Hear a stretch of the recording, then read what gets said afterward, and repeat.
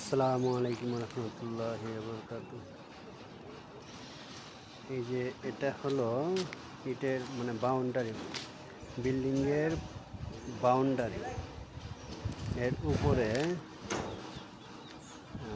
Coping, যাকে বলে coping, এটা এমন সিস্টেম হবে, বাইরের পাশে 3 ইঞ্চি ওয়াল, ভিতর পাশে 3 ইঞ্চি ওয়াল। বাইরের পাশের ওয়ালটা হবে 7 ইঞ্চি হাইট, ভিতর পাশের ওয়ালটা হবে 5 ইঞ্চি হাইট।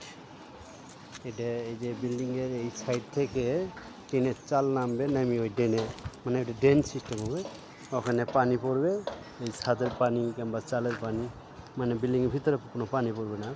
এই চালের পানিটা যায় ওই ড্রেনের মধ্যে পড়বে। এই যে ড্রেন, এটা হবে ড্রেন। তো ড্রেনে পানি ভরে ওখানে পাইপ সিস্টেম হবে, পানি পাইপ নেমে যাবে আর কি, এই সিস্টেম। তো ইনশাল্লাহ কাজ চলতেছে, কাজ চলমান। সবাই ইনশাল্লাহ দোয়া করবেন।